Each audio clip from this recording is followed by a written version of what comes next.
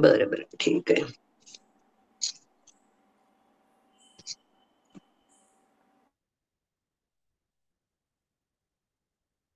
आज आधी सगळ्यांना आणि सर्वांना आणि त्या आदिशक्तीला, जिचं आपण 8 दिवस सगळं पाहिलं आहे, तिची शक्ती पाहिली, वर्णन केले, ऐकलेले आहेत, तिला आधी मी वंदन करते.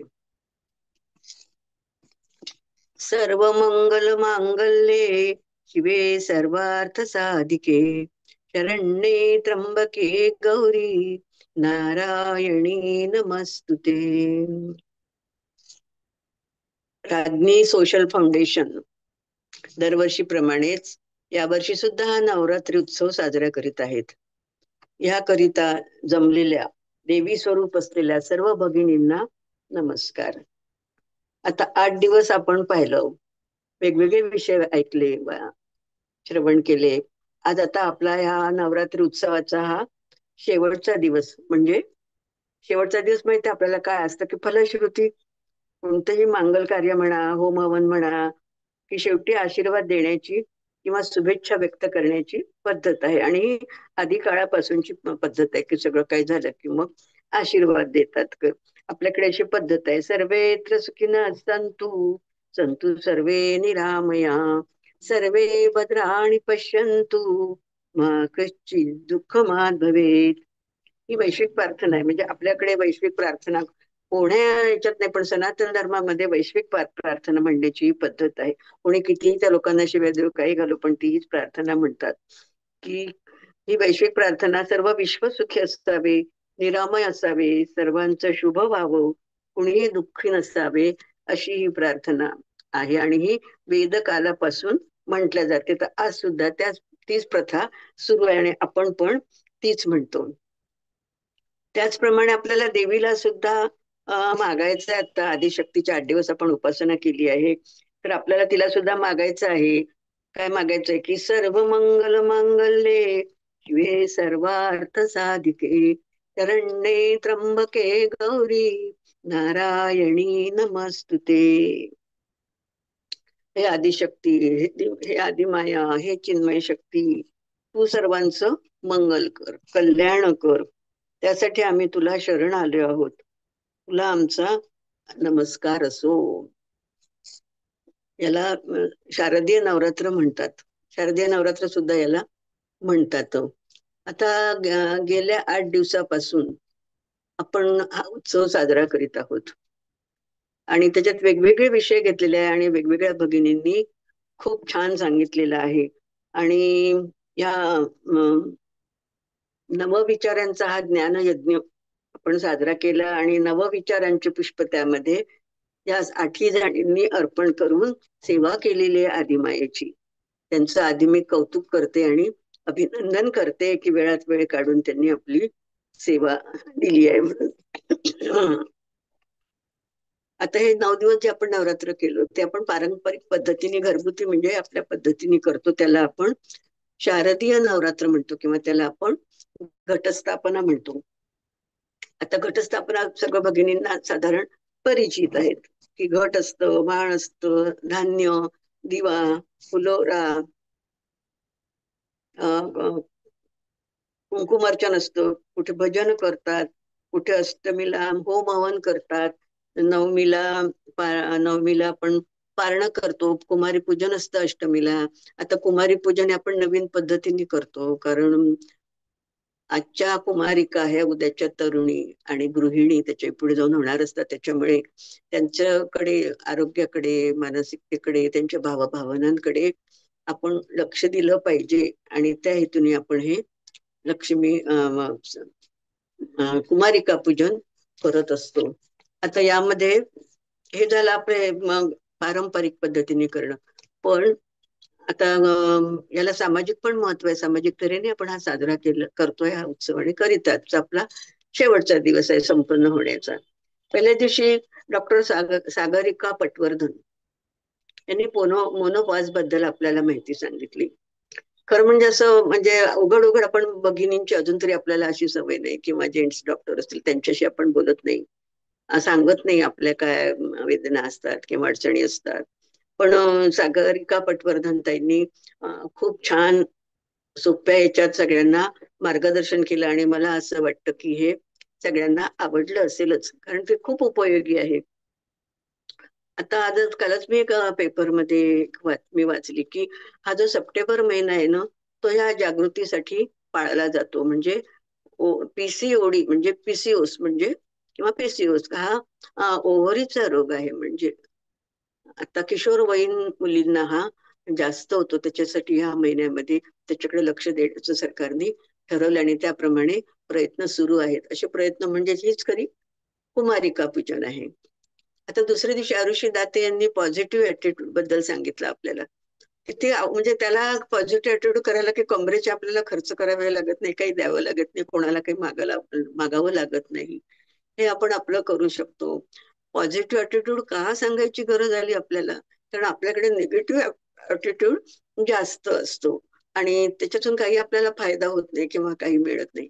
उलट पॉझिटिव्ह ऍटिट्यूड आपण ठेवला, सकारात्मक दृष्टिकोन जर ठेवला, तर त्याच्यापासून आपल्याला मानसिकही बळ मिळतं आणि शारीरिकही बळ मिळतं. या दोन्हीसाठी सुद्धा पॉझिटिव्ह ऍटिट्यूड, सकारात्मक विचार, त्याला काही लागतं का विचाराला? म्हणून सकारात्मक विचारांचं त्यांनी आपल्याला महत्व ऋषीताईंनी सांगितलेलं आहे. अ, आता वृषाली विवरे विवरे वृषालीताईंनी सांगितलं की सप्तचक्र, त्याच्याही पुढे जाऊन आपल्या यांनी तर शरीराचं सांगितलं, म्हणजे पॉझिटिव्ह म्हणजे आपल्या स्वभावाचं सांगितलं, तर सप्तचक्र म्हणजे शरीरातला आत, त्याचं ध्यान कसं लावायचं ही त्यांनी, म्हणजे आपण कठीण असेल किंवा ते शब्द ऐकून आपण त्या वाटेला जात नाही, पण त्यांनी खूप सुलभ रीतीने ते कसं लावायचं आपण ध्यान. आणि ध्यान म्हणजे चित्ताची एकाग्रता प्रत्येक व्यक्तीला किती आवश्यक असतो. पर्वतीताई अंजलीताई पर्वते यांनी लक्ष्मी आणि सीता यांचे छान आपल्याला आदिशक्ती चितशक्ती यांचा मेळ घालून दिलेला. आपल्याला कुठे माहिती नसतं, आपण कुठे इतकी पुस्तकं वाचत नाही, आवाज ऐकलं असं काही म्हणजे आपल्याला कळतं. त्यानंतर सोनम पराडकर ताईंनी वर्क लाईफ बॅलन्स. आता बॅलन्स म्हणजे जसा तो तराजू आपल्या हातात दिसतो आपल्याला. आता वर्क म्हणजे पहिले वर्क लाईफ म्हणजे आता आता कसं की भगिनींना बाहेर पडावं लागतं. पूर्वी घरात 4 लोक असायचे तर शेअरिंग व्हायचं थोडं. पण आता वर्क लाईफ बॅलन्स करायची वेळ आली, कारण एकट्याला सगळं करायचं असतं. काम तर करावंच लागतं, कुठलीही भगिनी असो, कोणत्याही तऱ्हेचं का असे ना, खालच्या तळागाळापासून तर मोठ्यापर्यंत काम हे करावंच लागतं सगळ्यांना. आणि म्हणून वर्क लाईफ आणि मग त्याचा समतोल कसा साधायचा हे सोनमताईंनी खूप सुंदर रीतीने सांगितलेलं आहे. त्यानंतर आता 6व्या दिवशी अरुंधती ताई सोमण, सटचक्र आणि पुष्प औषधी यांची वेगळी जरा त्यांनी छान निवडून काढले. स्वतःच त्याच्यात त्यांची आवड आहे आणि स्वतःच त्यांचं निरीक्षण आहे आणि त्यापासून सगळ्यांना फायदा झाला आणि ते स्वतः त्या मार्गदर्शन करतात. खूप सुंदर आहे ते. आता 7व्या दिवशी माणिक लोध ह्या ताईंनी हेल्थ ऑफ मनी. मनी आपण हेल्थ ऑफ म्हणजे पैशाला सुद्धा आरोग्य असतं. म्हणजे आरोग्य म्हणजे अनारोग्य पण असतं बरं. लक्ष्मी अलक्ष्मी म्हणतो ना आपण, म्हणून चांगल्या यांनी संतांनी सांगितलं आपल्याला की वेचनिया धन उत्तम व्यवहार उदास विचारे वेच करी, की धन मिळवा, आपण चांगला उपयोग करा, चांगल्या तऱ्हेने मिळवा. हेल्थ ऑफ वेल्थ म्हणजे आता आपण म्हणतो की पैशाच्या मागे लागू नका, पण हे जरी खरं असलं तरी त्याला मर्यादा आहेत. पण त्याचं मूल्य पण आहे ना. त्याच मनी म्हणजे पैसा, हे सगळ्या गोष्टींचंच माध्यम आहे. पैसा नसलं तर सकाळी उठल्यापासूनच त्याच्यामुळे सगळे आपले व्यवहार सुरू होतात. आणि म्हणून त्यांनी त्याचबरोबर बचतीचं सुद्धा महत्व सांगितलेलं आहे. कारण बचत केली पाहिजे किंवा पुढील येणाऱ्या गोष्टींना आपण समोरून आपल्याला जावं लागलं. प्रत्येक प्रपंची माणसाला जावंच लागतं. प्रपंचात चढ उतार असतात, सुखही असतं, दुःखही असतं, सगळे प्रकार असतात. त्यामुळे आणि पैसाच काम करतो ना. आता तर काय लोक पण सापडत नाहीत खरं, मदतीला पैशाने सगळं घ्यावं लागतं. त्यामुळे पैशाचं हे माध्यम फार महत्वाचं आहे. आणि हेल्थ ऑफ वेल्थ म्हणून त्यांनी खूप सुंदर नाव त्याला दिलेलं आहे की पुढील गोष्टींचा अंदाज घेऊन आपल्याला पैसा खर्च करता आला पाहिजे, पैशाची बचत करता आली पाहिजे. सुंदर रीतीने हे सांगितलेलं आहे. पण माणसाला हे बॅलन्स जमत नाही, म्हणून अशी आता सांगण्याची वेळ आलेली आहे. ईशा वैद्य 8व्या दिवशी म्हणजे काल ईशाताईंनी डाएट बद्दल खूप छान सांगितलेलं आहे त्यांनी. आणि सुटसुटीत शब्दांमध्ये सांगितलं की आपल्याला सगळ्यांना समजेल असं की समतोल आहार घ्यायचा आणि बहुतेक आपला आहार असतो समतोल, आणि घरचं घ्यावं याच्यावर त्यांचं मला जास्त भर दिसला, की बाहेरच्या पेक्षा किंवा बाजारचं घेण्यापेक्षा घरचं तयार केलेलं आहारामध्ये असावं असं. आणि घरच्या याच्यावर भर आपला आहे, तर आपल्याला अनुभव आहे. आता कोरोना काळात आपण बाहेरचं काहीच घेत नव्हतो, घरचंच खात होतो. आपल्याला घरच्या खाण्याबद्दल भरपूर अनुभव आहे. आणि त्यांनी पण समतोल आहाराबद्दल सुंदर तऱ्हेने समजावून सांगितलेलं आहे. आणि इतकं नवविचार आपल्याला दिलेले आहेत त्यांनी, म्हणजे आवश्यक आहेत आपल्या दैनंदिन जीवनाशी हे सगळे विचार दिलेले. आपल्याला आज त्याची गरज आहे या नवविचारांची. आणि हे सगळे त्यांनी नवविचार दिल्याबद्दल, आपल्याला खूप तऱ्हेने छान समजावून सांगितल्याबद्दल त्यांचं मी कौतुक करते आणि अभिनंदन करते या सगळ्या माझ्या भगिनींचं. आणि आता आपण आपल्या विषयाला सुरुवात करूया. आता आपण त्या आपल्या नवरात्राचं पाहिलं की पारंपरिक महत्व काय असतं, त्याचप्रमाणे सामाजिक स्तरावर सुद्धा याचं महत्व आहे. म्हणजे समाजाला याचा काही फायदा झाला पाहिजे ना. घरात तर आपण करतो, पण जे काही आपली पूर्वापार चाललेली पद्धत आहे ते समाजासाठीच आहे. खरं म्हणजे समाजासाठीच हे सगळं लिहून ठेवलेलं आहे. म्हणून आपल्याला म्हणजे कसं की आता सांगावं लागतं आपल्याला, की आपल्याला उत्सव हेच आपल्याला सुचवतात. आपल्यामधील ही शक्ती आपल्याला जागृत करावी लागेल. समाजामध्ये असं आपण काही उपक्रम केले म्हणजे भगिनींमधली, स्त्रियांमधली शक्ती जागृत करावी लागेल. खरं म्हणजे वाईट गुण येतात माणसामध्ये, त्याच्या कुठं काही पाट्या लावलेल्या असतात का, किंवा ट्युशन्स घेतल्या जातील असं काही असतं का? तसं काही नसतं. खरं म्हणजे आपल्यालाही माहिती आहे, म्हणजे रोजच्या व्यवहारातल्या या गोष्टी आहेत आपल्या. पण दुर्गुण असतात ना आपल्या अंगी, असतात. म्हणजे सगळेच एकाच्या अंगी नसतात, पण थोडाफार एखाद एखाद असतोच आपला, जो नाकारता येत नाही. पण आणि म्हणून मग आपण सद्गुणांची कास धरली पाहिजे, चांगल्या गोष्टी शिकल्या पाहिजे. त्याच्यामुळे आपलं मन चांगलं होतं, मन चांगलं झालं की शरीर चांगलं होतं. आणि त्यासाठी अशा उत्सवांची आपण योजना करीत असतो. आणि मग त्याच्यातूनच आपल्याला प्रेरणा घ्यायची असते. आदिशक्तीपासून आपल्याला सगळं नाही जमलं तरी थोडंफार तर जमेलच ना. आपल्याला त्यांच्यापासून प्रेरणा घेण्यासाठी असे आपण उत्सव साजरे करीत असतो. म्हणजे त्याचं आयोजन करण्यात आलेलं आहे, त्याच्या पाठीमागे ही पण एक भूमिका आहे. आणि हा केवळ उत्सव म्हणून नाही की टाकले फुलं केले, माळा केली, अक्षदा टाकलं, नैवेद्य दाखवलं, आरती केली, संपलं. पण केवळ हा एवढाच उत्सव नाही, तर आदिशक्ती जी आहे तिचा आपण हा उत्सव साजरा करतो. तिच्याशी नातं जोडण्याची एक आपल्याला ही अनमोल संधी मिळालेली असते, की ती प्रत्येकीच्या जीवनामध्ये ऊर्जा, सकारात्मकता, धैर्य आणि साधनेचा नवा प्रारंभ करण्याचा पावन सोहळा असतो. म्हणून तर आपण हा साजरा करतो. आणि तिच्या या अमर्याद ऊर्जेतून, या ऊर्जेतूनच या सगळ्या सृष्टीचा उगम झालेला, जी सृष्टी दिसते ना आपल्याला, तिचं मूळ स्थान हे आहे, त्याचं उगमस्थान ही आदिशक्ती आहे. आता पुराणामध्ये वेगवेगळ्या कथा सांगितलेल्या असतात. त्यापैकी अर्थातच इतक्या हजारो वर्षापूर्वी त्या कथा झालेल्या आहेत, पण आज पण त्याचा संदर्भ आपल्याला लागू पडतो. आणि त्या कथांच्या आधारावरूनच आपल्याला हे संदर्भ शोधायचे आहेत. आता पुराण कथेमध्ये सांगितलेलं आहे की सतीच्या अंगाचे म्हणजे पार्वती, सती म्हणजे पार्वती, मागच्या जन्मीचं नाव तिचं सती होतं. अंगाचे तुकडे जमिनीवर पडले, आणि मग तिथून तिथून जे टाकले ते 51 ठिकाणी पडले. आणि मग देवीची 51 पवित्र स्थानं निर्माण झाली. आणि आता तर तिचे तुकडे कसे झाले, काय झाले, थोडक्यात सांगते. माहिती असतं सगळ्यांना, ऐकतात, वाचतात. आजकाल टीव्हीमुळे सगळ्यांना सगळं बरंच माहिती झालेलं आहे. पण त्याचा आपल्याला सामाजिक संदर्भ कळायला पाहिजे, त्याच्यासाठी हे आयोजन आहे. म्हणजे सतीचे वडील दक्ष प्रजापती, आणि आता ब्रह्मदेवाला सृष्टी निर्माण करण्यापासून ब्रह्मदेवाला सांगितलं भगवंताने की सृष्टी निर्माण कर. मग तो एकम बहुस्या, मग तो सृष्टी निर्माण कर. मग त्यांनी प्रजापती वगैरे असे आपले मानसपुत्र तयार केले. आणि मग त्याला दक्ष प्रजापतीला देवांचा अध्यक्ष बनवलं त्यांच्या सभेचा. आणि एकदा अशी सभा भरली होती, सगळे देव जमलेले होते. आणि मग तिथे हे अध्यक्ष महाराज म्हणजे दक्ष प्रजापती तिथे आले. आता सगळे देव उभे राहिले. अध्यक्ष आले की उभे राहतात ना, त्याप्रमाणे सगळे देव उभे राहिले. पण शंकरजी मात्र उभे राहिले नाही, ते आपल्याच ध्यानामध्ये मग्न होते. आणि त्यांनी पाहिलं की सगळे देव उभे राहिले आणि शंकरजी काही उभे राहिले नाही.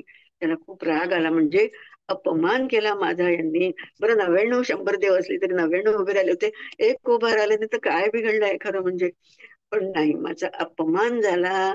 कारण अपमानाच्या ठिकाणी काय असतं की अहंकार, मी दक्ष प्रजापती, मी सगळ्या देवांच्या सभेचा अध्यक्ष आहे आणि अध्यक्ष आल्यानंतर हे माझ्यासाठी यांनी उत्तिष्ठ नाही झाले, हे उभे नाही राहिले, म्हणून त्याला अपमान झाला. आणि आता अपमान मनुष्य विसरत नसतो, खरं चांगल्या चांगल्या गोष्टी विसरून जातो, पण अपमान मात्र कितीही वर्ष तो मनामध्ये आपण जपून ठेवलेला असतो. तर त्यांनी ठरवलं की आता या अपमानाचा बदला घ्यायचा म्हणून मग, आणि त्यांनी मोठं यज्ञाचं आयोजन केलं, सगळ्या देवांना बोलवलं वगैरे वगैरे. पण शंकरजींना काही बोलवलं नाही. आता सतीने पाहिलं की सगळेजण जातात ते आपल्या वडिलांकडे, आपल्याला बोलवलं नाही तर काय झालं, आपण आपल्या वडिलांकडेच तर जायचंय, म्हणून ती शंकरजीला म्हणाली. शंकरजी म्हणाले मी तर काही येत नाही, तुला जायचं असेल तर तुझा. ती गेलेली बिचारी नंदीवर बसून.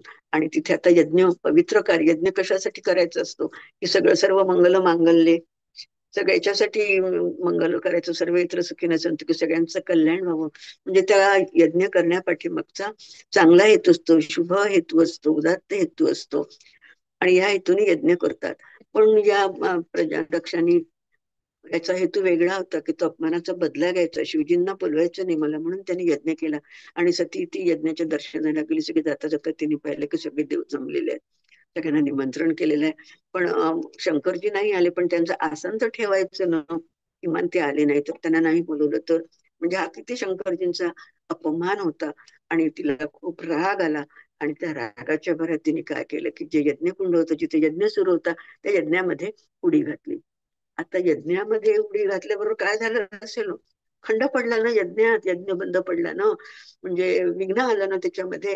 म्हणजे कोणती जी गोष्ट करतो त्या गोष्टीच्या पाठीमागचा हेतू हा महत्वाचा असतो. शुद्ध हेतू पाहिजे, यांनी शुद्ध हेतूने केलं नव्हतं, म्हणून त्याच्या यज्ञामध्ये विघ्न आलेलं आहे. अहंकार कसा विघ्न आणतो म्हणतात ना की तरणे को अन्नदान, डुबणे को अभिमान, की माणसाला अहंकार झाला की त्यांच्या बुडत्याकडे पाय क्यों भाई? त्यांचे पाय बुडत्याकडे चाललेले आहेत. अशी ही अशी मग तिच्या बाहेर काढलं तिला, मग ती नेलं तिला, मग ते म्हणून ते 51 ठिकाणी ती पडली. तिचे जे काही छोटे छोटे अवयव होते ते निर्माण झाली. आणि याचं तिथे मग शक्तिपीठ निर्माण झाली. आणि याचं भौतिक रूप अनुभवता यावं म्हणून देवीची वेगवेगळी शक्तिपीठ तिथे उभारण्यात आली. मग लोकांनी प्रत्येक शक्तिपीठावर देवीचं, एकच देवीने वेगवेगळ्या रूपात वेगवेगळे रूप प्रगट झाले आहेत. कुठे संकटमोचन आहे, कुठे करुणामय आहे, कुठे मोक्षाची दिशा दाखवणारी आहे, तर कुठे धनसमृद्धी, तर कुठे सामर्थ्य, तर कुठे ज्ञानाचं प्रतीक म्हणून आहे. याप्रमाणे वेगवेगळ्या ठिकाणी वेगवेगळ्या रूपामध्ये तिचे लोकांनी शक्तिपीठ तयार केले आहेत, मंदिरं तयार केले आहेत. आपण त्या शक्तिपीठांना जातो, भेट देतो, दर्शन घेतो. आणि नुसतेच नाही केले तर त्याचे वास्तू स्थापत्य शैली सुद्धा पाहताना मनामध्ये आपल्या कुतूहल निर्माण करतो. शिल्पकारांची ती कल्पकता, खगोलीय ज्ञान आणि जीवनाकडे बघण्याचा व्यापक दृष्टिकोन त्या शक्तीस्थळाला गेल्यानंतर आपल्याला तिथे दिसून येतो. आता नुसता महाराष्ट्रातच नाही तर सगळं भारतामध्ये सुद्धा हा उत्सव साजरा करण्यात येतो. पण उत्सव साजरा करण्याच्या वेगवेगळ्या पद्धती आहेत. आता बागलामुखी म्हणजे ही मध्य प्रदेशात आहे. आणि न्याय धर्माची रक्षा, दुर्बळांचे रक्षण करण्यासाठी ही तिथे प्रगट झालेली आहे. आणि तिचं नाव पितांबरी देवी आहे. पितांबरी म्हणजे या पितांबरीशी काही तिचा संबंध नाही, आज पितांबरी पावडरशी. पितांबरी देवी त्याच्या आधीची आहे, पितांबरी पावडर नंतर आलेली आहे. ही पिवळे वस्त्र नेसलेली असते म्हणून हिला पितांबरी देवी म्हणतात. आता थोडक्यात सांगते माहिती तुम्हाला, कारण जास्त वेळ नाही आपल्याकडे. आणि हिंगलाज माता आहे दुसरी. आता हिंगलाज माता ही पाकिस्तानात म्हणजे बलुचिस्तानात आहे. आणि हिंगोली नदीच्या काठावर आहे म्हणून तिला हिंगलाज माता नाव पडलं. आणि ही कसं आहे याची कारण की स्वयंभू आहे. आता पाकिस्तानात असला आणि तिथे कसं भव्य दिव्य मंदिर नाही, ही प्राकृतिक गुफा आहे, म्हणजे भुयारासारखं असं गुंफा, भुयारासारखं. आणि तिथे पण इतर धर्मीय लोक श्रद्धेने जातात. आता पाकिस्तान बलुचिस्तानात मुसलमानच लोक जास्त असणार आहेत, तर अन्य धर्मीय, तर ते पण तिथे जातात. आता तिचं कालीघाट, कालीघाट आपल्याला माहिती आहे पश्चिम बंगालमध्ये काळ्या दगडापासून तयार झालेली. आणि आपल्याला माहिती आहे कालिंका देवी, तिच्या गळ्यामध्ये कवट्यांची माळ असते आणि चिक बाहेर काढलेली असते. नजरेत मात्र तिच्या कारुण्य असतं. आणि हिची आख्यायिका आहे की असं रूप का घेतलं, असं भयंकर रूप या कालिंका देवीनी. तर ते रक्त बिंदू नावाचा राक्षस होता. आणि आता ते माहितीये की खूप घोर साधना करायची, तपश्चर्या करायची, मग वर मागायचे, मग म्हणायचे की मृत्यू नको, असं भयंकर काहीतरी मागून घ्यायचे. आता रक्तबिंदू नावाचा राक्षस होता आणि त्यांनी असा वर मागून घेतला की मला जर कोणी शस्त्र मारेल, बाण मारेल काही, तर माझ्या शरीरातनं जे रक्त पडेल तितके राक्षस निर्माण झाले पाहिजे. आता तथास्तु म्हटलं आणि त्याप्रमाणे व्हायला लागलं. हो, त्याला कोणीच मारू शकत नव्हते, त्याला काही मारला बाण वगैरे, रक्त खाली पडलं तर त्याच्यापासून तितके राक्षस तयार व्हायचे आणि पुन्हा लढाईला कठीण सगळं, म्हणजे आटोपायला कठीण असे बलाढ्य राक्षस सगळे. म्हणून मग देवीने काय केलं, कालिंका रूप धारण केलेलं आहे. आणि त्याला बाण मारल्या बरोबर त्याला त्रिशूल मारला आणि त्याच्या शरीरातनं रक्त पडायच्या आधीच ते सगळं पिऊन घेतलं. आणि अशा तऱ्हेने त्याचा वध केलेला आहे त्या रक्तबिंदू नामक राक्षसाचा. म्हणून तिला असं जशी परिस्थिती असेल तसं त्यांना रूप घ्यावं लागतं देवांना प्रत्येक वेळी. आता आपण पाहिलं नाही का की पृथ्वी सगळी पाण्यात गेली होती तेव्हा वराह रूप घेतलं. जेव्हा समुद्र मंथन करत होते ती रवी सगळी खाली चालली होती, मग पुन्हा देवांनी प्रार्थना केली, मग कूर्म रूप घेतलं. त्यांचे वेद सगळे पाण्यात पळवून टाकून दिले होते तेव्हा मग त्यांनी मत्स्य रूप घेतलं. आता प्रल्हादाला खूप त्रास दिला त्या भगवंताचं नारायण नाम घेतल्यामुळे, मग त्याच्यासाठी ते वर दिला होता त्याला, त्याच्यासाठी नरसिंह रूप घेतलं. असं प्रत्येक वेळी जशी जशी आवश्यकता असेल तसं तसं त्यांनी रूप धारण केलं. याप्रमाणे ही कालिंका महादेवी आहे. आपल्याला माहितीये की रामकृष्ण परमहंस जे होते ते या देवीचे पुजारी होते. आणि विवेकानंदांसारखे युगपुरुषांना या देवीचा आशीर्वाद होता. हे जागृत देवी स्थान आहे हे कलकत्ता बंगालमध्ये आहे खरं, कलकत्त्यामध्ये, आणि गंगेच्या काठावर आहे. आणि या ठिकाणचं तांत्रिक महत्व सुद्धा आहे. आता वैष्णोदेवी बरेच लोक जाऊन आलेले असतात वैष्णोदेवीला. आणि वैष्णोदेवी बद्दल माहिती असते, ही त्रिकुट पर्वतावर आहे, 5,000 फूट उंच आहे. महाकाली, महालक्ष्मी, महासरस्वती असे 3 पिंड तिथे आहेत. आणि गुरु गोविंद सिंह सुद्धा इथे साधना करायला गेली होती या देवीची. आणि खूप उंचावर आहे त्याच्यामुळे लोक पण अजूनही तिथे, आता सुखसोयी झालेल्या आहेत पुष्कळ, पण आता लोक जय माता दी, जय माता दी म्हणत हा गड, हा पर्वत चढत असतात. आता कामाख्या देवी, आता कामाख्या देवी आपल्याला माहिती आहे. ही कामाख्या देवी म्हणजे आजचं गुवाहाटी, आसाममध्ये आहे. ही मूर्ती स्वरूप नाहीये. ही आपण पाहिलं ना की सतीचे ज्या ज्या ठिकाणी भाग पडले त्याच्यातला एक भाग इथे पण पडला आहे. आणि तिला मूर्ती नाहीये, पण आम्ही पाहिलेलं आहे ते स्वतः, म्हणून सांगते की जिवंत रूप मानलं जातं. आणि ही निलांचल पर्वतावर आहे, म्हणजे ब्रह्मपुत्रा नदीच्या काठावर आहे. मोठी ब्रह्मपुत्रा नदी आहे तिथे. आणि गुहा आहे आणि त्या गुहेमध्ये हे ठेवलेलं आहे तिचं ते लिंग. आणि त्या गुहेमध्ये सतत पाणी असतं आणि रहस्यमय आहे सगळं तिथलं ते वातावरण आणि ते ठिकाण पण. आणि ह्या ठिकाणी तंत्र मंत्र साधना तर आहे देवीची, पण तंत्र साधना सुद्धा होते, त्यासाठी हे प्रसिद्ध आहे. कन्याकुमारी आपल्याला माहिती आहे, दक्षिणेकडे विवेकानंदाने तिथे साधना केली होती. आणि नेपाळमध्ये सुद्धा मिथिला पीठ आहे. पूर्वी नेपाळ जोडलेलंच होतं आपल्याला, आणि सीतामाईंचं माहेर मिथिलेचं आहे हे पण आपल्याला माहिती आहे. आणि हे मंदिर पांढऱ्या दगडांनी बांधलेलं. आणि तिथे सुद्धा अशी प्रकाश योजना जसं आपल्याकडे पण आहेत प्रकाश योजना, किंवा अमुक दिवशी बरोबर देवीच्या पायावर, याच्यावर, मुखावर, डोळ्यावर सूर्यबिंब पडतात, सूर्याचे प्रकाश येतात, सूर्यकिरण पडतात. असं तिथे पण आहे रहस्यमय. दक्षिणेमध्ये मीनाक्षीपुरम आहे.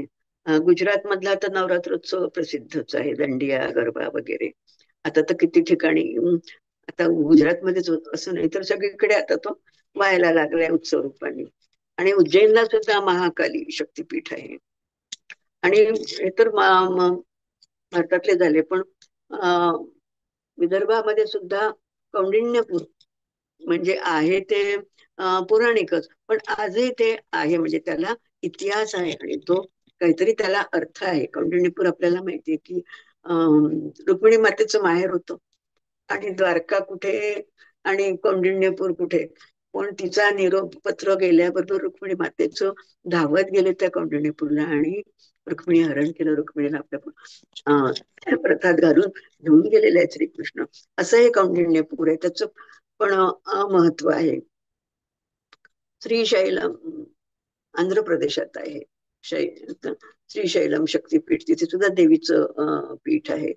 आणि हे आंध्र प्रदेशात सुद्धा आहे. बरेचसे पीठ 51 ठिकाणी आहेत. आता त्यापैकी महाराष्ट्रामध्ये 3.5 पीठ आहेत आपल्या, आणि ते आपल्याला माहिती आहे. ते कोल्हापूर आहे, त्याचं पण आपल्याला माहिती आहे. माहूर म्हणजे रेणुका देवी, परशुरामाची आई, आपल्याला ती पण कथा माहिती आहे की जेव्हा दगनी ऋषींना 3 मुलं होते, त्यांनी सांगितले की आईचा संशय, आईचा वध कर, आईचा वध कर, पण ते तयार झाले नाही. पण परशुराम मात्र तयार झाले, आईचा वध केला. त्याच्यामुळे जेव्हा दगनी खुश झाले आणि त्यांनी सांगितलं की वर माग, तर त्यांनी सांगितलं की माझी माता मला मिळाली पाहिजे. त्यांनी तथास्तु म्हटलं, आणि त्या मातेने सांगितलं की तू पुढे जा, मी तुझ्या मागे येते. आणि ते पुढे पुढे पुढे चालले, पण त्यांना असं वाटलं इथे की नाही आहे माता, म्हणून त्यांनी मागे वळून पाहिलं, आणि मागे वळून पाहिलं, तिथेच थांबली. आणि तिथे हे रेणुका देवी म्हणजे माहूरला ती स्थापन झाली. स्वयंभू आहे हे. जरी पुराण कथा असल्या तरी आजही त्याला तितकंच महत्व आहे, आणि त्याचं महात्म्य आहे. आणि केव्हाही जा तुम्ही तिथे, म्हणजे डोंगरावर आहे, काही खूप वाहनांच्या सुखसोयी वगैरे असं काही नाहीये, पण तरी लोकांची केव्हाही जा तिथे गर्दी असतेच.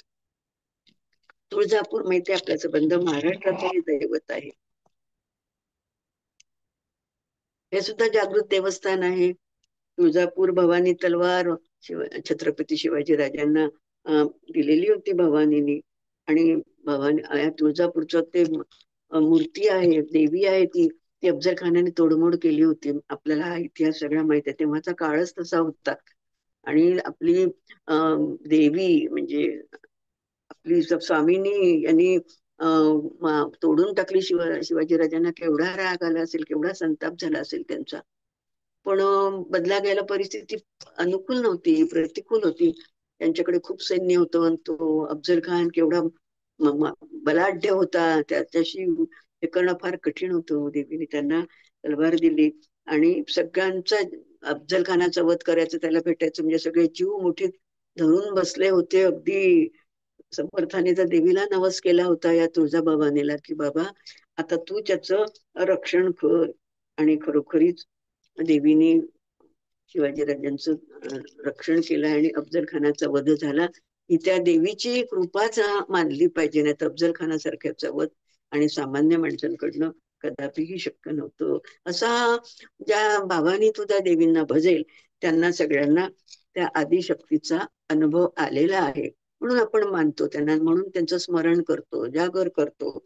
आणि पण सगळ्यांनाचा अनुभव येतो असं नाहीये. आता देवीचं सुप्त असतं. सुप्त म्हणजे शक्ती, आणि शक्ती म्हणजे गतिमानता, प्रचंड सामर्थ्य. ह्या सुक्तामध्ये मंत्रामध्ये किती सामर्थ्य असतं आपण आता पाहिलेलंच आहे. प्रचंड सामर्थ्याचं, आणि अशा या हा नवरात्र उत्सव म्हणजे अशा या सामर्थ्याचा आपल्याला उत्सव करायचा आहे. नुसतं पूजा करून देवीला फुलं वाहून देवपूजेत आपल्याला ठेवायची नाही, तर या सामर्थ्याची आपल्याला पूजा करायची आहे. त्याचा हा उत्सव आपण साजरा करीत आहोत. उत म्हणजे ईश्वर, सव म्हणजे प्रागट्य, म्हणजे ती प्रगट झाली पाहिजे पुन्हा. आधी झालेलीच आहे ना प्रगट, ज्या ज्या लोकांना तसे तसे अनुभव आलेलेच आहेत ना. पण आपल्याला नाही येणार का मग? आणि येत नाही तर मग काय येत नाही, म्हणून आपण हा असं आपल्याकडे असं पुराणांमध्ये प्रगट होण्यासाठी हा उत्सव करण्याची पद्धत टाकून दिली की ह्या याने तरी तुम्ही त्याच्याकडे बघाल. म्हणून आपल्याला हा उत्सव आपण साजरा करण्याची पद्धत सामाजिक तऱ्हेने तयार केलेली आहे. पण आता आपण सामाजिक तऱ्हेने आता हा उत्सव आज आपण कशा तऱ्हेने साजरा करतो तुम्ही बघा, आहे की नाही. की हा उत्सव आपण कशा तऱ्हेने साजरा करतो. देवी बसवायची म्हणजे किती रस्त्यावर महिनाभर आधीपासून तयारी चाललेली असते. आणि तिचे कपडे, अलंकार, किती किती सजावट, काय काय त्याच्यासाठी वर्गण्या वगैरे किती असतात हे तुम्हाला माहिती आहे. सगळं पद्धत माहिती आहे आपल्याला. देवी बसवायची म्हणजे तिच्यासाठी अलंकार, कपडे, दागिने, कुठे का असेना पण असतात. तिला सजवितो, शृंगार करतो. हे एका परी चांगलंच आहे. म्हणजे सगुणाची भक्ती आहे, सगुण पूजा आहे, ही एका परी चांगलंच आहे. पण केवळ तेच म्हणजे काही देवी नव्हे. म्हणजे देवी आहे काय केलं की झालं, झाली आपल्याला देवी प्रसन्न, तसं कधीही होणार नाही. आणि एवढ्यासाठी आपण काही हे नवरात्रोत्सव करीत नाही, किंवा तिचं आगमन करीत नाही, किंवा स्थापना करीत नाही. हा त्याच्यात मूळ उद्देशच नाहीये. जो आपण आज करतोय त्याच्यात हा उद्देश कुठेही आपल्याला दिसत नाही. देवी आदिशक्ती हेच विसरून जातो आपण आधी. ती एक शक्ती आहे. शक्ती आहे ती, आणि त्या शक्तीची उपासना करायची. आणि शक्तीची उपासना करायची की आपल्याला सुद्धा त्या शक्तीची आवश्यकता आहे, म्हणून करायची. कोणासाठी करायचं नाही, कोणी करते म्हणून करायचं नाही, त्यांनी सांगितलं म्हणून करायचं नाही, हे करते म्हणून करायची नाही. तर त्याची मला गरज आहे, म्हणून आपल्याला ती उपासना वर्षभर नाही पण 9 दिवस वर्षातले आपल्याला करायची आहे. देव आणि दैत्य, दानव, असुर आणि सुर, अशा या सृष्ट शक्ती आणि दुष्ट शक्ती पृथ्वीवर आधीपासूनच आहेत. माहिती आपल्याला पुराणांमध्ये अशा अनेक कथा आहेत, आधीपासूनच आहेत. आणि त्यांचा म्हणजे सृष्ट शक्तीचा कमी पण दुष्ट शक्तीचा संचार खूप झालेला आहे, होतो. आणि मग कधी कधी हे प्रमाण वाढलं जातं, खूप वाढत वाढत वाढत वाढत जातं. की किती वेळा या दैत्यांनी इंद्राच्या ह्याच्यावर स्वर्गावर स्वारी केली, आणि किती वेळा त्याचं राज्य मिळवलं, आणि किती वेळा ते असे पुष्कळ आपण पुराणांमधनं कथा ऐकलेल्या आहेत. पण असं कधी कधी हे प्रमाण इतकं वाढतं की खूप वाढून जातं, आणि मग प्रत्यक्ष भगवंताला जन्म घ्यावा लागतो. यदा यदा हि धर्मस्य ग्लानिर्भवती, भरतगीतेमध्ये सांगितलेलं आहे की परित्राणाय साधूनां विनाशाय च दुष्कृतां धर्म संस्थापनार्थाय संभवामी युगे युगे. म्हणजे तिन्ही युगामध्ये त्यांनी प्रगट होऊन जन्म घेऊन हे कार्य केलेलं आहे. कलियुगात आता मात्र तो जन्म घेणार नाहीये, सांगते पुढे का नाही घेणार आहे तर. आणि आता प्रत्यक्ष इकडे इतकं प्रमाण वाढलं, आणि असं जर समाजामध्ये प्रमाण वाढलं तर अस्थिरता येते, आणि प्रजा खिळखिळी होऊन जाते. प्रजेचं प्रगती होण्याच्या ऐवजी त्याच्यावर संकटच जास्त येतात. म्हणजे बरोबर राहत नाही समाजामध्ये, असमतोल निर्माण होतो. आता अहो हे प्रमाण इतकं वाढलं की जन्माला येण्याच्या आधीपासूनच त्याला जीवे मारण्याच्या योजना तयार होत्या. कृष्णाचं जन्माला यायच्या आधीपासूनच सगळ्या मारण्याच्या योजना तयार होतात. आणि प्रत्यक्ष मग देवाला सुद्धा ते आठवत नाहीत. आपल्याला माहित आहे की रावण, इंद्रजित, मेघनाथ त्याचं नाव, पण इंद्राला त्यांनी किती वेळा जिंकलं होतं, किती वेळा स्वारी केली होती. आणि इंद्रजित एक अशी काही ते साधना करत होते, असं काही त्यांना तंत्रविद्या, मंत्रविद्या त्यांनी प्राप्त करून घेतली होती, तपश्चर्या करून, साधना करून. म्हणजे त्या लढाईमध्ये रावण रामाचं युद्ध होतं, त्याच्यामध्ये सर्पअस्त्रांनी त्या रामाला आणि लक्ष्मणाला सुद्धा त्यांनी बांधून टाकलं होतं. इतके भयंकर आणि बलाढ्य होते. आणि मग ते गरुड अस्त्र आणून त्याला त्यांची सुटका केली वगैरे, तो भाग वेगळा. आणि पण तेवढंच नाही तर याच युद्धामध्ये इंद्रजितांनी लक्ष्मणावर सुद्धा शक्ती टाकली होती, आणि त्याला ती लागली हो. इतकं या मंत्रामध्ये, तंत्रामध्ये सामर्थ्य आहे. आता आज आपल्याला दिसत नाही, पण आपण तसं काही करत नाही म्हणून आपल्याला दिसत नाही. पण त्याच्यामध्ये सामर्थ्य आहे, त्याच्यासाठी या पुराण कथा आपल्याला उपयोगी आहेत, आणि ते साक्ष पटवतात आपल्याला.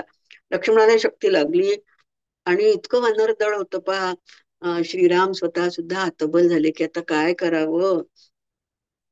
आता सगळ्यांजवळ कोणाजवळच काही उपाय नव्हता. म्हणून मग हनुमंतासारखी दिव्य शक्तीच तिथे काम करते, अशी दिव्य शक्तीच तिथे हवी असते. अहो पण हा हनुमंत याला सुद्धा आपल्या शक्तीचा विसर पडला होता ना. तसंच आपलं झालंय. हनुमंताचा जन्म झाला तेव्हा त्याला खूप भूक लागली होती, म्हणून तो सूर्याला गिळायला गेला. तेव्हा इंद्राने त्याला वज्र मारलं आणि ते त्याच्या हनवटीला लागलं, म्हणून त्याचे नाव हनुमंत पडले. आता पहिला हनुमंत म्हणजे पहिला अंतराळवीर आहे की जन्मल्याबरोबर अंतराळात गेला. एकदम सूर्यावरच झेप घेतली आणि झेप घेतल्यानंतर मग सगळे देव घाबरून गेले आणि त्याला त्याला वज्र मारलं इंद्राने आपलं आणि ते त्याच्या हनवटीला लागलं आणि तो खाली पडला. आणि आणि मग त्याने त्याला शाप दिला, ज्या शक्तीमुळे तू सूर्यावर धावून गेला त्या शक्तीचा तुला विसर पडेल, कोणीतरी स्मरण केल्याशिवाय तुला ती शक्ती आठवणार नाही. आणि मग इतके पृथ्वीवर निपचित पडले, निचेष्टित पडले हनुमंत. आता वायुदेव त्यांचा पुत्र हा त्यांना राग आला आणि त्यांनी पृथ्वीवरील सर्व वायू रोखून धरला. आणि मग सगळं वायू रोखून धरल्यानंतर काय होतं पहा, सर्व देव घाबरले आणि वायुदेवाला शरण गेले. आणि मग त्यांना वर दिलेला आहे हनुमंताला, आणि एकेका देवाने त्यांना एक एक शक्ती दिली आहे, शक्ती अर्पण केलेली आहे. आता आपल्याला माहितीये की शक्ती दिली आहे, पण त्याला ते आठवणार नाही. आपण शाप पण दिला होता ना. आता जेव्हा श्रीरामाचं कार्य होतं की सीताहरण झालेलं आहे, रावणाकडे आहे, ती कळलेलं आहे, आणि पण सगळेजण समुद्रकिनारी आले, पण एवढा मोठा 100 योजने समुद्र तो पार कोणी करायचा आणि सीतेपर्यंत पोचायचं कसं? आता बाकीचे वानर होते, पण अंगद वगैरे जे होते ते म्हणाले मला जाता येतं पण मला वापस नाही येता येत. मग सगळेजण चिंतातूर झाले की अरे आता रामाचं कार्य कसं आपल्याच्याने होणार, आपल्याला नाही होणार, आपल्याजवळ नाहीये एवढी शक्ती. मग त्याच्यामध्ये जांबुवंत नावाचा एक असतो वानर, त्यांनी हनुमंताला आठवण करून दिली की अरे हनुमंता तुझ्याजवळ ती शक्ती आहे ना. आणि मग त्याला आठवलं की हो हो, मला या सगळ्या देवांनी ह्या या शक्ती दिलेल्या आहेत. आणि मग त्यांनी ते समुद्र पार केला वगैरे, लंकेमध्ये गेले, सीतेला भेटले, पुन्हा वापस आले. सगळं काही ह्या कथा आपल्याला माहितीये, पण या पुराण कथा असल्या तरी त्याच्यामध्ये बराचसा अर्थ आहे आणि आपल्याला घेण्यासारखं आहे त्याच्यामध्ये. तसं जर आपलं झालेलं आहे, आपल्याला प्रत्येक स्त्रीला आपल्या शक्तीचा विसर पडलेला आहे. प्रत्येक स्त्रीमध्ये स्त्री शक्ती आहे आणि तिला आज आपण जाग करायला पाहिजे, त्याची आवश्यकता आहे आज आपल्याला. आणि तिचा आपल्याला शोध घ्यायला हवा. नुसतंच आपल्याला देवदेव करून होणार नाही. आणि स्त्रीमध्ये किती शक्ती आहेत बरं. म्हटलेलं आहे ना की भोजनेशु माता, शयनेशु रंभा आणि संहारेशु चंडिका. जशी वेळ आली तसं ती आपलं रूप बदलवते की नाही, घरामध्ये बदलतं की नाही रूप. घरामध्ये आपलं एकच रूप राहतं करणंही नाही, आपल्याला माहितीये रूप बदलवणं, पण ते बदलावी लागतात आपल्या प्रपंचामध्ये, कुटुंबामध्ये, मुलांमध्ये. असा थोडं की आपला भाव असतो, पण ती त्या प्रसंगासाठी तशी रूप घ्यावी लागतात. तर प्रत्येक युगात देव दानव हा संघर्ष चाललेलाच आहे. न्याय अन्याय, धर्म अधर्म, सत्य असत्य, सदाचार अनाचार, सुष्ट दुष्ट, हा सगळा लढा चाललेलाच. आता रावणाचंच उदाहरण बघा ना. त्यांनी सगळे देव बंदिस्त केले, केवढं शक्ती होती त्याच्यामध्ये बघा, की देव सुद्धा काही करू शकले नाही. त्या शनीची वक्रदृष्टी असते म्हणतात म्हणे, तो वक्र दृष्टी पडली की त्याचा नाश होतो. मग त्यांनी काय केलं की त्या शनीला पालथ झोपवलं, त्याची दृष्टी पडू नये म्हणून, आणि आपल्या गादीच्या खाली पलंगावर त्याच्यावर तो झोपायचा. बघा केवढा बलाढ्य होता तो. आणि असा लढा सगळा चाललेला आहे. देवांची शक्ती सुद्धा आता कमी पडू लागली होती. सर्व देव तर त्याच्यावर काय करावं, हे असुरी राज्य होईल नाही तर सगळं. म्हणून मग सगळ्या देवांनी विचार केला आणि एकत्र आले. आणि मग प्रत्येकाने ठरवलं की आपली एकाची शक्ती याला पुरी पडत नाहीये, म्हणून त्या सगळ्या देवांनी आपल्या शक्तीपासून सगळ्यांची शक्ती एक केली, सगळ्या देवांची, आणि त्या शक्तीपासून एक शक्ती निर्माण केली. त्या शक्तीपासून त्यांनी एक शक्ती निर्माण झाली आहे. आणि आणि तिलाच आपण महिषासुरमर्दिनी म्हणतो. शक्त या देवांपासून जी निर्माण झाली, तिचा एक श्लोक दिलेला आहे सप्तशतीमध्ये. सर्वदेव शरीरेभ्यो या विभूता प्रभा, त्रिगुणा सा महालक्ष्मी, साक्षात महिषमर्दिनी. ती प्रगट झाली आणि प्रगट झाल्याबरोबर अशी अपूर्व प्रभा फाकलेली अशी त्रिगुणी महिषासुरमर्दिनी महालक्ष्मी ही सर्व देवांच्या शरीरापासून उत्पन्न झाली. म्हणजे प्रगट झाली, तिची प्रभा अपूर्व होती, सगळीकडे तिची प्रभा फाकलेली आहे. आता तिचं सौंदर्याचं वर्णन तर आपण आरत्यांमध्ये वाचतो, सगळ्या देवांची किती स्तोत्र केलेली आहेत, सगळं हिरण्य सगळं किती किती वर्णन आपल्याला माहिती आहेत, रोजच्या आपल्या त्या वाचनात असतात. पण तिचं काही सौंदर्य इतकी सुंदर होती, इतकं सगळं असून सुद्धा खूप सुंदर होती. तिचं सौंदर्य लावण्य काही वर्णन करता येत नाही. त्यांनी सांगितलं की काय तिचं वर्णन करायचं, की चारी वेद श्रमले न बोलवे काही, की चार वेद जर एकत्र केलं तरी तिच्या सौंदर्याचं वर्णन करता येणार नाही. तिच्या रूपाचं सौंदर्याचं वर्णन सप्तशतीमध्ये केलं आहे. आता ती प्रगट झाली ना, तेव्हाच तिला सहस्त्रभाव होते, म्हणजे हात होते तितके, आणि असं वर्णन केलेलं आहे. आणि त्या प्रत्येक हातामध्ये शस्त्र, त्याच सुद्धा त्या सप्तशतीमध्ये वर्णन केलं आहे. अक्षमालाच कमलम बाणोसी कुलिशम गदा चक्रम त्रिशूलम परशु शंखो घंटा पाशका शक्ती दंड चर्म चापम पानपात्रम कमंडलू अलंकृत भुजाएभी आयुधे कमलासनम. सहस्त्र हातांनी, आपण सहस्त्र हातांची पूजा करत नाही, फारीफार अष्टभुजा देवीची करतो, 10 हातांची करतो फारीफार. पण सप्तशतीमध्ये असं वर्णन केलंय, कारण इतका जर नायनाट करायचा दुष्टांचा तर इतक्या हातांची गरज आहेच, आणि एकटीच्या हात आहेत ते. आणि म्हणून तिच्या गळ्यात रुद्राक्षाची माळ आहे.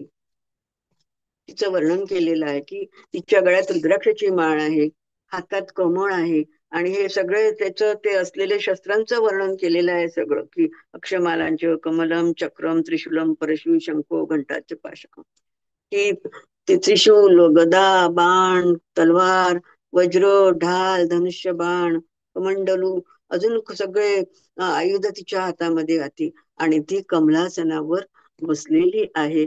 आणि ती आपण पाहिलं की प्रत्येक भारतामध्ये देवीची स्थान आहेत, पण त्यांची सगळी वेगवेगळी रूप आहेत. त्याप्रमाणे हिने वेगवेगळी रूप घेतलेली आहेत. तिचं वाहन सिंह आहे. आता सिंह म्हणजे वनांचा राजा. आता सिंहावर आरूढ होणं हे इतकं सोपं आहे का हो?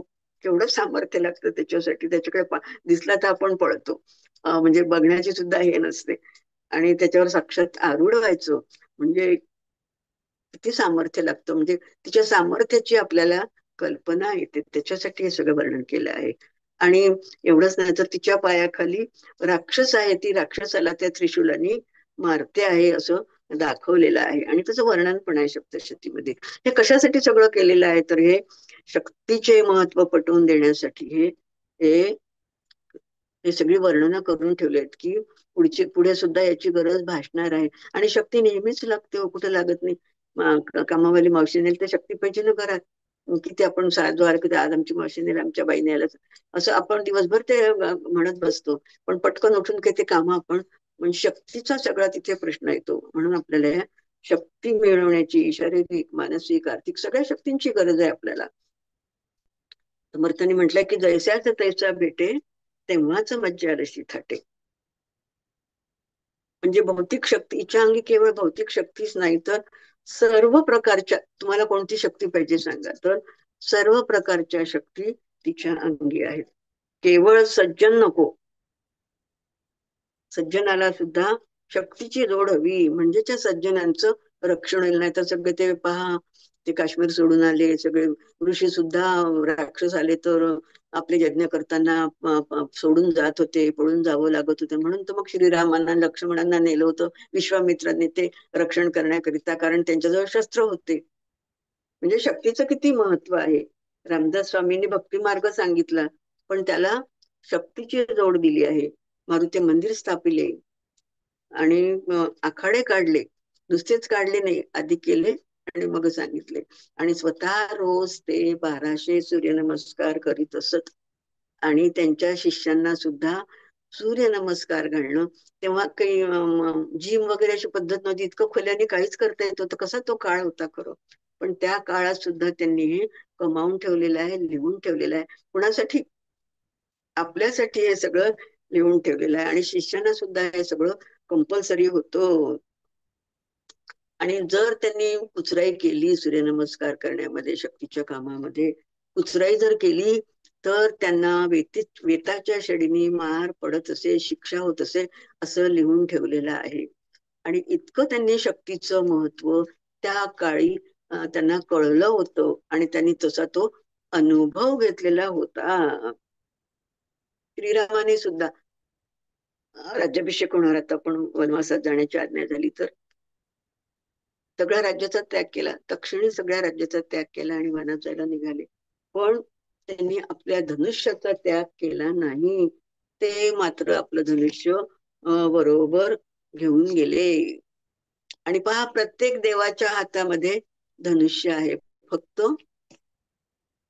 विठोबाच्या हातात धनुष्य नाही आहे. कारण सगळ्या युगांमध्ये त्यांनी शस्त्रांनी वध केलेले आहेत, दुष्ट शक्तींचा नाश केलेला आहे. पण कलियुगात आमचा विठोबा मात्र युगे 28 विटेवरी उभा, कमरेवर हात देऊन उभा आहे. कारण त्याला माहितीये की आता हे युग बदललेलं आहे. आता शस्त्रांचं इथे काही काम राहिलेलं नाहीये, कारण सगळं बदलतच जाणार. परिवर्तन हे सतत या सृष्टीमध्ये, या जगामध्ये होत असते, हे सुद्धा संतांनी सांगून ठेवलेलं आहे. तर आता तर ड्रोननी वगैरे किती ते मिसाईल काढतात वगैरे वगैरे, किती सगळी पद्धत बदललेली आहे युद्धाची. त्याच्यामुळे आमच्या विठ्ठलाच्या हातात मात्र शस्त्र नाही दिलं, ते याच्यासाठीच की आता आपलं केवळ देवच देवत्व देवत्व दुष्टांचा नाश करू शकत नाही, तर त्याला सामर्थ्याची जोड हवी.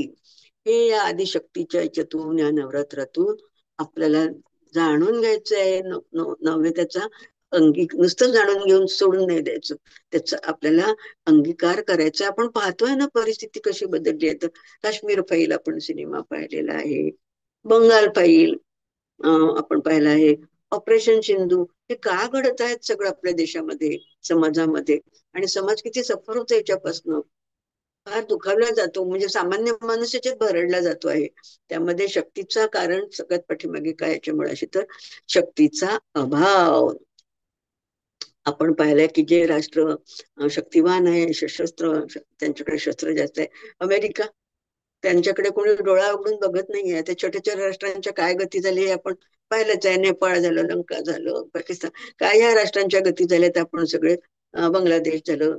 म्हणून शक्ती आपल्या जवळ असली पाहिजे.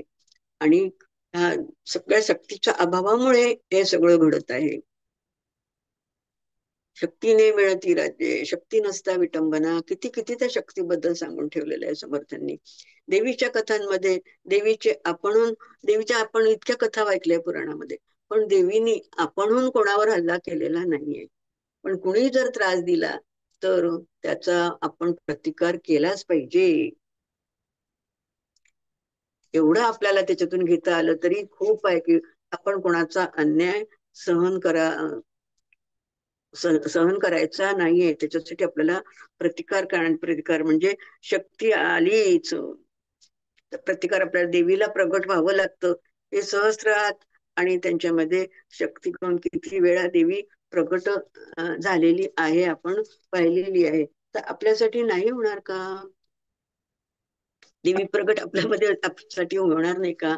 प्रत्येक युगात देव दानव हा असा संघर्ष चाललेलाच आहे. आजही सुद्धा काही तो मिटलेला नाही आहे, स्वरूप बदललेलं आहे, पण खूप ऍडव्हान्स झालाय. उलट पुढे पुढे पुढे जास्त जास्त प्रमाण वाढत चाललेलं आहे. म्हणून न्याय, अन्याय, धर्म, ऐकायला येतो का? ऐकायला येत आहे का? हो हो, येतोय ताई, आवाज येतोय तुमचा. येतोय का? हा. हं. म्हणून न्याय, अन्याय, धर्म, अधर्म, सत्य, असत्य, सदाचार, अनाचार, दुष्ट, असा लढा हा सगळा चाललेलाच आहे. आपण हे पाहिलेलंच आहे. आणि या लढ्याला लढत राहायचं की हात बाजून बसायचं की त्याला तोंड द्यायचं, आता हे आपण आता आपल्याला ठरवायला पाहिजे. तोंड दिलं तरच आपण जगू शकू आणि पुढच्या पिढीला आपण काहीतरी देऊ शकू आपण. तर याप्रमाणे हे सगळं चाललेलं आहे. आपण आता पाहिलेलं आहे हे सगळं. आता आता ही सामाजिक बाजू आपण याची पाहिलेली आहे सगळी. पाहिली ना आता आपण. आता देवीचं चुकतं पण आपण पाहिलंय की त्याच्यामध्ये किती मंत्रशक्ती असते आणि त्याच्यात काय काय असतं म्हणून. आता स्त्रीला आपलं कळलं पाहिजे. स्त्री खरं किती म्हणजे तिच्यामध्ये किती सामर्थ्य आहे, किती शक्ती आहे तिच्यामध्ये. ती देवी स्वरूपच आहे खरं म्हणजे. प्रत्येक स्त्री आपण जर पाहिलं तर ती नोकरीला त्याची आपल्याला कल्पना येत नाही, कारण ते म्हणतात ना, घरकी मुर्गी दाल बराबर. त्याची आपल्याला कल्पना येत नाही. तर ती नोकरीला जाते तेव्हा ती लक्ष्मी असते, नाही का? आणि भोजन बनवते तेव्हा ती अन्नपूर्णा असते. पण कधीच आपण असं समजत नाही. आपल्या गावीच नाही ते. ती सर्व परिवाराला सांभाळते. आला गेला, आजारपण, पै पाहुणा सगळं स्वतःला सांभाळावंच लागतं ना. तेव्हा ती गृहलक्ष्मी असते. मुलांचा अभ्यास घेते तेव्हा ती सरस्वती असते. आणि दुर्गा बनून आपल्या घरातली, प्रपंचातली संकटे, समस्या यांच्यासाठी लढत असते तेव्हा ती काली बनून आपल्या घराचं रक्षण करते. आणि चल, आणि जे सगळी तुमचे असले तर विचारते. घराची सगळी मॅनेजमेंट पण तिच्याकडेच असते ना. पहा कसं मॅनेजमेंट किती व्यवस्थित करते. की ते शिक्षण घेतलेल्या लोकांपेक्षाही न शिक्षण घेतलेलं प्रत्येक जण की मॅनेजमेंटचे कोर्स केलेले नसतात. म्हणजे पोळ्यांचं यंत्र पोळ्याच करतं, धुण्याचं यंत्र धुणच करतं, झाड म्हणजे जे जे यंत्र आहे ते त्यांची त्यांची कामं फक्त करतात. पण हे यंत्र जर बिघडलं तर ही आमची जी आदिशक्ती आहे ही ती सगळी पोळ्या करून घेईल, धुणंही धुवून घेईल, झाडं पुसून सगळी सगळी ते सगळ्या यंत्रांची कामं ही एकटी करून घेईल. इतकी हिची मॅनेजमेंट रांगोळी करते. जबरदस्त असते. आणि ह्या सगळ्या आणि म्हणून रांगोळी. ती शक्ती म्हटलेलं आहे की तिच्याजवळ बरीच शक्ती असते. आणि ही अशी शक्तिशाली स्त्री आहे, तिच्यामध्ये इतकी शक्ती आहे आपल्याला माहितीच नाही. बाकी आपल्याला उरलेली स्वतःला सगळे सुद्धा माहिती नाही. आपल्याला स्वतःला सुद्धा माहिती नाही की माझ्यामध्ये इतकी शक्ती आहे. पण त्याची आपल्याला जाणीव करून घ्यायची आहे उत्सवांमधनं, या असे समारंभ करून आपल्याला. आता म्हणून इतकी तिच्या ठिकाणी शक्ती आहे. तिची नका देवी म्हणून नका तिची पूजा करू, पण सन्मान मात्र करा. तिचा आदर मात्र आपण करू शकतो. त्याला काही आपल्याला लागतं का करायला? काहीच लागत नाही आपल्याला. म्हणून तिचा आदर सन्मान आपण करायला शिकलं पाहिजे. आणि आपल्याला पण याची जाणीव झाली पाहिजे की माझ्यामध्ये इतक्या शक्ती आहेत म्हणून. माझ्यामध्ये इतक्या शक्ती आहेत हे मला केव्हा कळेल बरं? स्त्रीमध्ये इतक्या शक्ती आहेत असं तुम्हाला कोणीच सांगणार नाही, म्हणणार नाही. आपल्याला त्याच्यासाठी जागृती केली पाहिजे. आता आपण आता नवरात्रामध्ये उपवास करतो 9 दिवस. एक पद्धत आहे ना आपल्याकडे की 9 दिवस काही काही ठिकाणी उपवास करतात. पण आता या उपवासाने आपण पारंपरिक वर्षानुवर्ष माझ्या सासूबाई करत होत्या, माझी आई करत होती, त्यांची सासूबाई करत होत्या, मी पण करते. त्याचं काही खर्च आपल्याला गांभीर्य नाही किंवा काहीतरी आपल्याला माहिती नसतं. पण आता आपल्याला वेगळ्या तऱ्हेने हे उपवास करायचे आहेत. आता प्रथम म्हणजे आपल्याला एक एक उपवासाच्या दिवशी आपण काही घेत नाही ना, सोडून देतो ना. त्याच्याप्रमाणे आपल्याला ही एक एक गोष्ट सोडून द्यायची आहे. प्रथम थोडक्यात सांगते, आपली वेळ होत आलेली आहे. तर आपल्याला प्रथम काय सोडायचं आहे या 9 दिवसाच्या उपासांमध्ये? आपला हा ज्ञानयज्ञ सुरू आहे ना, वाघयज्ञ. तर आपल्याला प्रथम राग सोडून द्यायचा. आपण म्हणायचं की मी उपास नाही केला तरी चालेल, पण मी माझा राग सोडून देईल. ते सगळ्याच संतांना नको रे मना क्रोधा की तुकारी. गीतेत सुद्धा सांगितलंय, क्रोधात भोवती समूह, समूहास प्रति विभ्रमा, शेवटी आत्मनाश. सगळ्या क्रोधाचा माहितीये फायदा कुठेच नाहीये, सगळे तोटेच आहेत तिच्यापासून. म्हणून आपल्याला हा सोडून द्यायचा आहे. गोंदावलेकर महाराजांकडे एक बाई आल्या आणि त्यांनी विचारलं की महाराज, मी यावर्षी चातुर्मासामध्ये काय व्रत करू? अर्थात बायानं पूर्वी करायच्या, आता आपल्याला वेगळे व्रत करायचे आहेत या काळामध्ये. त्यांनी विचारलं की काय करू मी व्रत? त्यांनी सांगितलं की बाई, काही व्रत करू नको, काही पैशाचं नको, दान उद्यापन ती धनाची. कुठलं व्रत केलं त्याला उद्यापन असतं आणि धनाची आवश्यकता आहे. असं तू काहीही करू नकोस, तू फक्त कोणाचं मन दुखवू नकोस, एवढं महाराजांनी तिला व्रत दिलेलं आहे.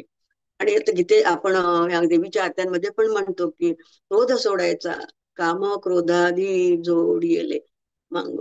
हे आपल्याला मांग आहे ते त्याचा विटाळ होतो, ते आपल्याला सोडून द्यायचे आहे.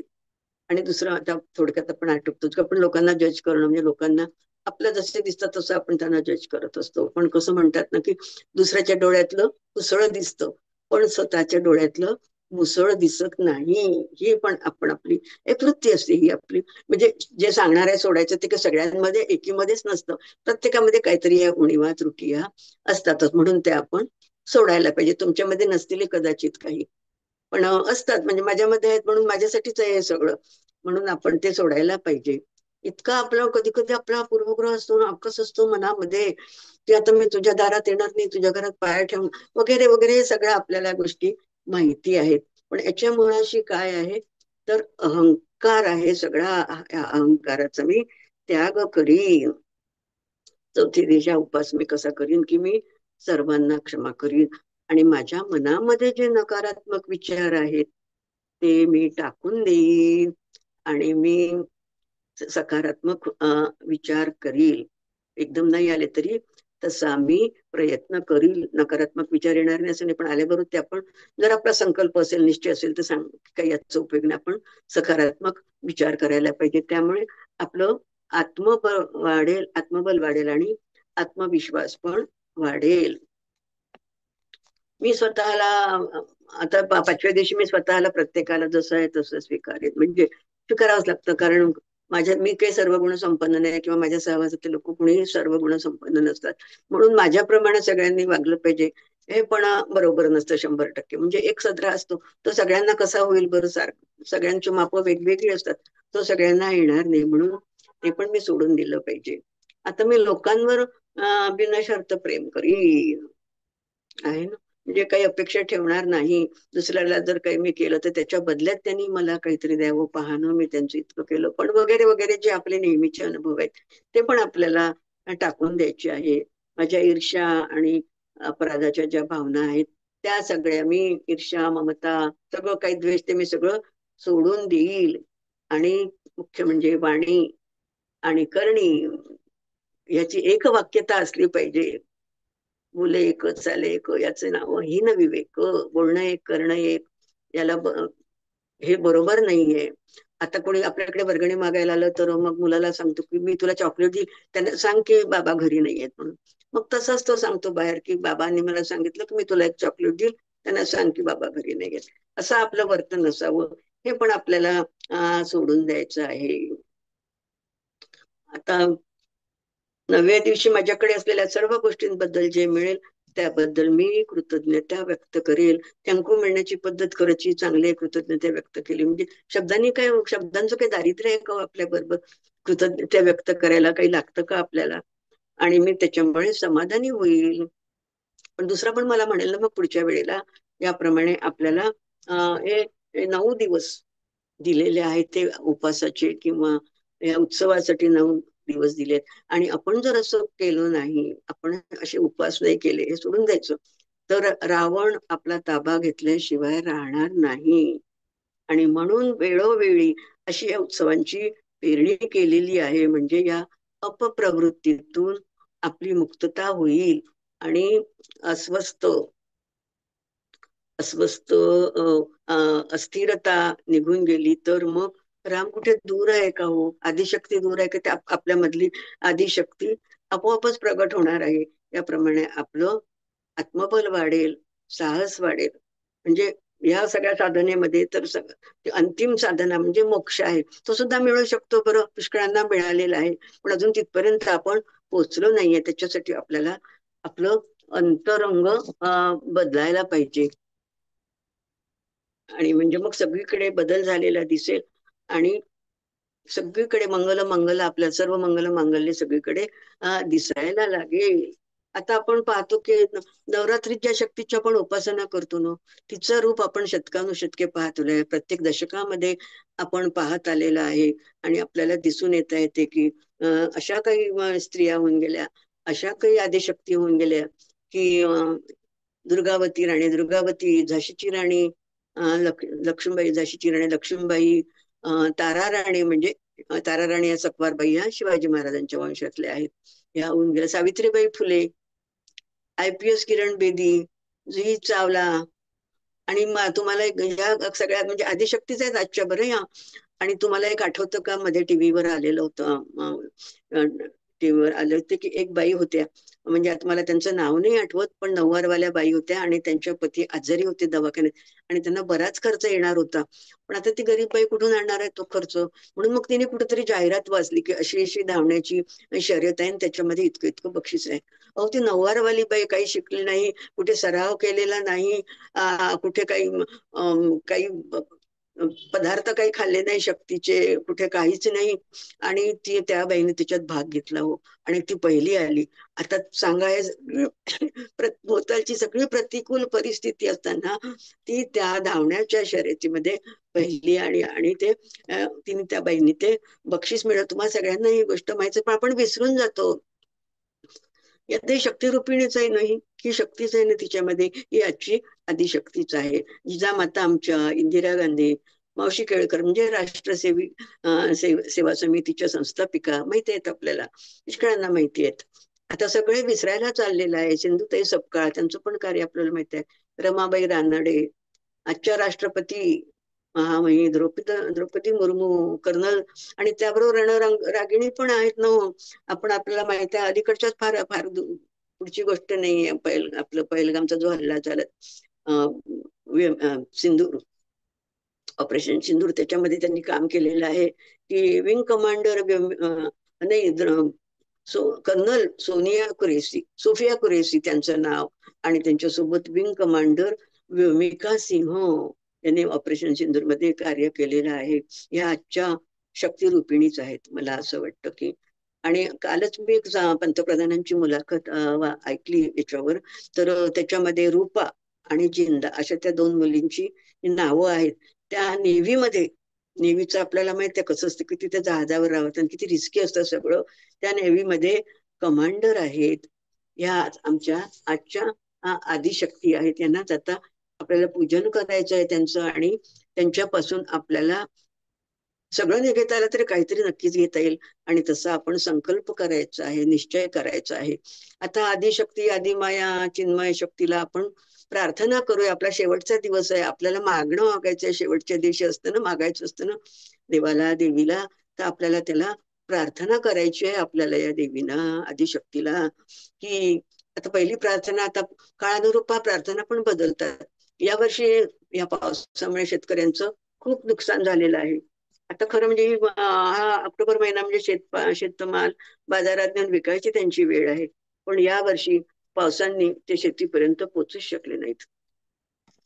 त्यामुळे ओला दुष्काळ जाहीर करावा लागला. देवींनी आधी या संकटातून लोकांना बाहेर काढलेले उदाहरणं आहेत. यावर्षी त्यांना येणाऱ्या समस्यांना सामोरे जाण्याचे सामर्थ्य दे, हे आपल्याला देवी पुढे मागायचं आहे. धनधान्य पशुवृद्धी पुत्र पौत्र समस्त ही, या सर्व शेतकरी बांधवांना शारीरिक मानसिक देवी आदिशक्ती तूच देऊ शकते, तू हे त्यांना बळ दे. आपण अशी ही देवी जवळ प्रार्थना करूया. त्याचबरोबर राज्ञी सोशल फाउंडेशनच्या कार्याची अशीच प्रगती हो, व समाजाला त्यांनी नवीन विचारांचा वसा द्यावा. त्यासाठी त्यांना म्हणजे सर्व सदस्यांना, या फाउंडेशनच्या सर्व सदस्यांना उदंड शक्ती आणि उत्तम आरोग्य लाभो, ही सुद्धा आपण सर्वजणी प्रार्थना करूया. आणि आपण नंतर जय जयकार करून इथेच थांबूया. शरणागत दीनार्थ परित्राण परायणे, सर्वस्यार्थ हरे देवी नारायणी नमस्तुते. या सर्वभूतेषु शक्ती प्रवेण संस्थिता, शक्तिरूपेण संस्थिता, नमस्तस्मै नमस्तस्मै नमस्तस्मै नमो नमः. सर्वमंगलमांगल्ये शिवे सर्वार्थसाधिके, शरण्ये त्र्यंबके गौरी नारायणी नमस्तुते. आता जय जयकार करू. जगदंबेचा उदयोस्तु, अंबाबाईचा उदो उदो. आता हा वैचारिक अधिष्ठान असलेला यज्ञ इथेच आपण संपन्न करूया. जय भवानी. जय भवानी दुर्गा माता की जय. सर्वांना वंदन करते आणि थांबते.